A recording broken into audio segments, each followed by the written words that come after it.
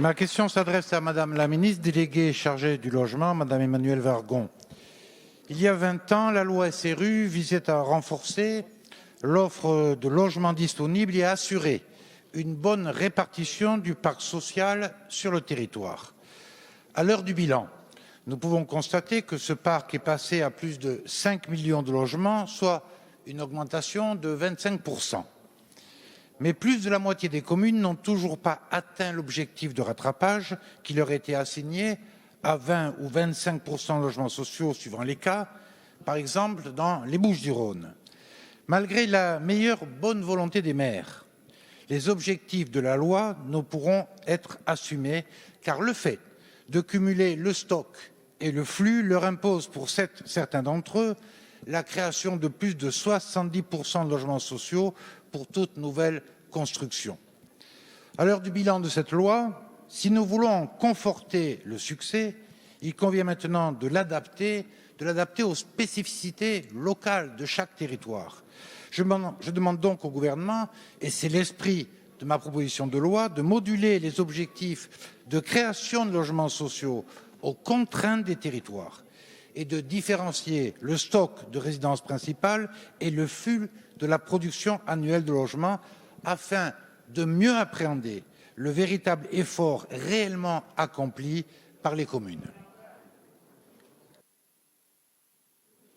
La parole est à Madame Emmanuelle Wargon, ministre déléguée chargée du logement. Monsieur le Président, Mesdames et Messieurs les députés, Monsieur le député Bernard Reyes, je vous rejoins sur le bilan de la loi SRU. Cette loi a 20 ans, c'est une bonne loi. C'est une loi qui avait comme projet de développer le logement social et de le développer partout en France. Au moment du bilan, pas très loin de la fin de son application, nous savons qu'environ 900 000 logements sociaux ont été construits grâce à cette loi sur le 1,8 million de logements sociaux qui ont été construits dans la période, donc c'est considérable. Nous savons aussi que 2 millions de ménages français sont en attente d'un logement social, notamment dans les zones tendues, dans les métropoles, là où ces ménages ont besoin de se loger, pas trop loin de là où ils travaillent. Et vous savez que 70% des Français sont éligibles au logement social. Nous avons donc besoin de continuer l'effort.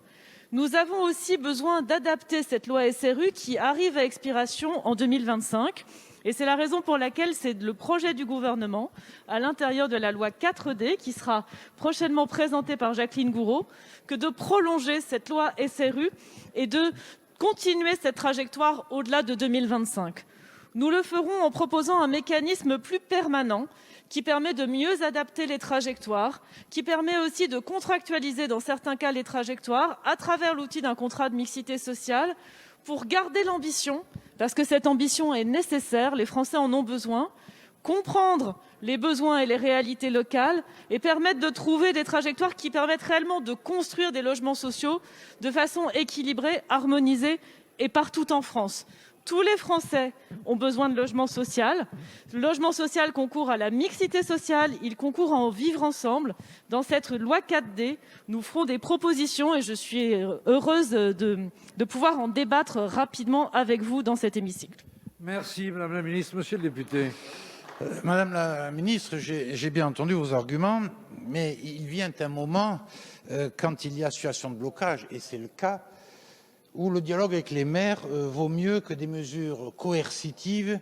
Et d'ailleurs, ce dialogue sera, à mon avis, sûrement de nature à atteindre des objectifs qui seront peut-être plus limités, mais qui au moins arriveront au résultat.